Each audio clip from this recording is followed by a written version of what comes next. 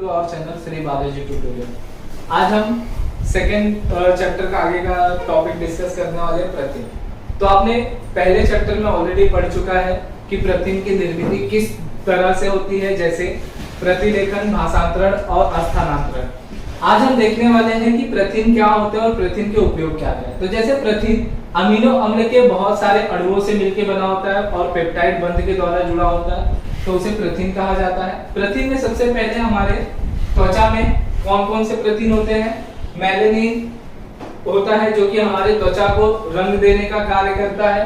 Keratin जो कि हमारे नाखूनों के वृद्धि के लिए और हमारे बालों की वृद्धि के लिए महत्वपूर्ण होता है, तो उसे कहा जाता है मेलानिन और केराटिन, जो कि त्वचा में उपस्थित होता है।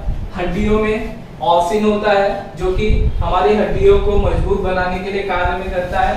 कोशिका, तो जैसे कि आप सभी को पता है ये हमारी कोशिकाएं है, ये हमारा केंद्रक है और कोशिका के बाहर प्रद्रव्य पटल होता है। तो जो कोशिका पटल और कोशिका द्रव होते हैं उसमें क्या उपस्थित होता है? प्रतिम। तो वही लिखा है प्रद्रव्य पटल के प्रतिम विभिन्न प्रकीर्ण। उसके पश्चात स्वादु ग्रंथि, इसको इंग्लिश में कहा जाता है पेनक्रियास, ये हमारे अमाशय के पास में उपस्थित होता है। तो स्वादु ग्रंथि से इंसुलिन और ट्रिप्सिन करके संप्रेरक का स्राव होता है। इंसुलिन जो कि शरीर की शर्करा की मात्रा को क्या करता है? बैलेंस करता है, संतुलित करता है, तो वो स्वादु ग्रंथि की वजह से होता है। पीयूषिका ग्रंथि ये हमारे मस्तिष्क में होती है। तो पीयूषिका ग्रंथि से विविध प्रकार के संप्रेरक का स्रावित होता है, जैसे कि आपने 9 चैप्टर में सजीव में जीवन प्रक्रिया 15 चैप्टर पढ़ा होगा। तो उसमें पीयूषिका ग्रंथि से कौन कौन से संप्रेरक स्रावित होते हैं उसके बारे में बताया है, जैसे ऑक्सीटोसिन, वृद्धि संप्रेरक और भी बहुत सारे FSH, LH। तो ये सारे के सारे जो संप्रेरक है वो कहाँ से स्रावित होते हैं? पीयूषिका ग्रंथि। उसके पश्चात स्नायु, स्नायु मतलब जो हमारा मसल्स है, तो जो मसल्स में अंकुचित और संकुचित होता है किसके द्वारा होता है? एक्टिन और मायोसिन के द्वारा होता है।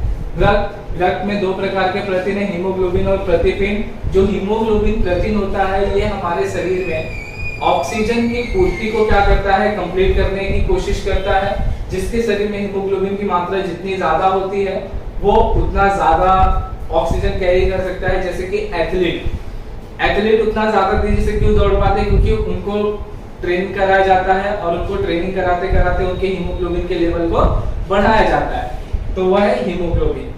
प्रतिपिंड हमारे शरीर में हमारे सोल्जर होते हैं, हमारे आर्मी होते हैं जो हमारे शरीर की रक्षा करते हैं। वो भी कहाँ पर उपस्थित होते हैं? हमारे रक्त में उपस्थित होते हैं। तो ये हमारा प्रोटीन है और ये प्रोटीन के हमारे उपयोग है, और यही सारे प्रोटीनों के उपयोग से हमारे शरीर में विभिन्न प्रकार के कार्य होते हैं, जैसे बालों की वृद्धि होना, नाखूनों की वृद्धि होना, उसके बाद हमारे शरीर में शर्करा की मात्रा को बैलेंस करना, कोशिकाओं का विभाजन होना, ये सबका सब किसके द्वारा होता है?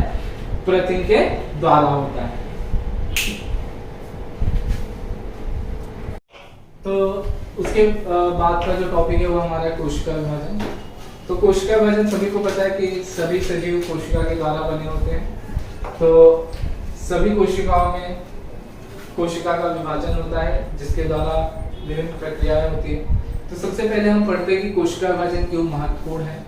तो अगर बात की जाए महत्वपूर्ण की, तो कोशिका विभाजन महत्वपूर्ण इसलिए होती है कि अगर महत्वपूर्ण नहीं होगी तो वृद्धि नहीं होगी, जो आने वाली नई पीढ़ी है वो पीढ़ी नहीं आएगी। तो ये सारी चीजों की वजह से कोशिका विभाजन क्या है? महत्वपूर्ण है। जो चोट लगा है वो चोट ठीक नहीं होगा, इसलिए कोशिका विभाजन महत्वपूर्ण है। ठीक है, तो कोशिका विभाजन महत्वपूर्ण इसीलिए है क्योंकि कोशिका विभाजन के द्वारा हमारी वृद्धि होती है, नई पीढ़ी आती है। इसी के पश्चात जो हमें चोट लगी होती है, जो कमजोर व्यक्ति होता है वो पुनः ऊर्जावान होता है। तो किसके द्वारा होता है? कोशिका विभाजन के द्वारा। कोशिका विभाजन कितने प्रकार के होते हैं? तो 2 प्रकार के होते हैं, समसूत्री कोशिका विभाजन और अर्ध गुणसूत्री कोशिका विभाजन। ये 2 प्रकार से होते हैं। द्विगुणित और एकगुणित कोशिकाएं क्या होती है? तो द्विगुणित की बात की जाए तो जिन कोशिकाओं में 2 सेट या 2 समुच्चय का गुणसूत्र होता है उन्हें कहा जाता है द्विगुणित। जैसे कि मानव में 46 नंबर ऑफ क्रोमोसोम होते हैं, 46 गुणसूत्र संख्या होती है या तो 23 जोड़ी में होता है, और एक गुणित जिसमें केवल एक समुच्चय गुणसूत्र होंगे उसे कहा जाएगा एक गुणित। तो ये द्विगुणित और ये एक गुणित होते हैं। अब समसूत्री कोशिका वजन और अर्धगुणसूत्री कोशिका वजन में क्या अंतर है? तो सम मतलब समान, अर्ध मतलब आधा। तो समसूत्री कोशिका वजन में क्या होता है कि एक कोशिकाओं से दो जनन कोशिकाओं की निर्मित होती है, तो उसे कहा जाता है समसूत्री कोशिका विभाजन। इसी के पश्चात अगर मैं बात करूं अर्धगुणसूत्री कोशिका विभाजन की, तो अर्धगुणसूत्री कोशिका विभाजन में एक कोशिकाओं से चार कोशिकाओं की निर्मित होती है, जैसे कि एक कोशिकाओं से अर्धगुणसूत्री एक होकर दो कोशिकाएं बनती है, फिर अर्धगुणसूत्री दो होकर चार कोशिकाएं बनती है, मतलब एक कोशिका से दो फिर एक कोशिका से दो। तो एक कोशिका से दो बनी है तो दो कोशिकाओं से कितनी बनेगी? चार बनेगी। ठीक है। समसूत्री में जब कोशिका का विभाजन होता है तो उसके पश्चात आप जैसे कि देख रहे हो यहाँ पर गुणसूत्रों की संख्या में कोई परिवर्तन नहीं है, यहाँ पर द्विगुणित कोशिका है। कोशिका विभाजन होने के पश्चात भी यहाँ पर क्या है? द्विगुणित कोशिका है। अर्धगुणसूत्री कोशिका विभाजन में अगर आप यहाँ पर ध्यान से देखो तो यहाँ पर द्विगुणित कोशिका है, लेकिन कोशिका का विभाजन होने के पश्चात यहाँ पर क्या आ गया है? एक गुणित कोशिका आ गई। मतलब समसूत्री में कोशिका विभाजन के पश्चात गुणसूत्रों की संख्या में कोई परिवर्तन नहीं होता, लेकिन अर्धगुणसूत्री में गुणसूत्रों की संख्या में परिवर्तन होता है। समसूत्री में चार अवस्थाएं होती है, लेकिन यहाँ पर दो प्रक्रियाएं होती है। जैसे कि चार अवस्थाएं कौन कौन सी? पूर्वावस्था, मध्यावस्था, पश्चावस्था, अंत्यावस्था। दो प्रक्रियाएं, अर्धगुणसूत्री एक, अर्धगुणसूत्री दो।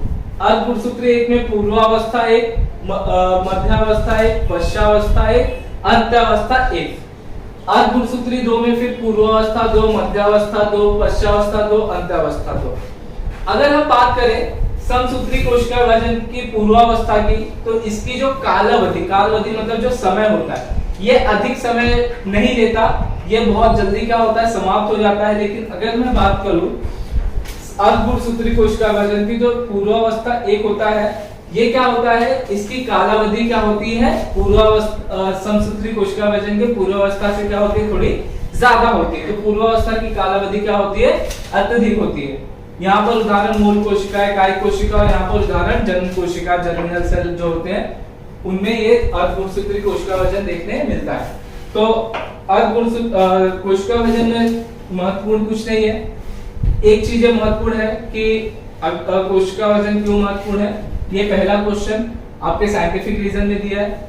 तो वही बताया कि अगर कोशिका विभाजन नहीं होगा तो जो कहीं पर भी हमें चोट लगा है तो वो चोट ठीक नहीं होगा। जैसे कि मैं उदाहरण देता हूँ, जैसे कि आपके घर का कोई भी पार्ट निकल गया, दीवार का कोई भी पार्ट टूट गया, तो जब तक हम उसमें सीमेंट ये सब नहीं डालेंगे तब तक ठीक नहीं होगा।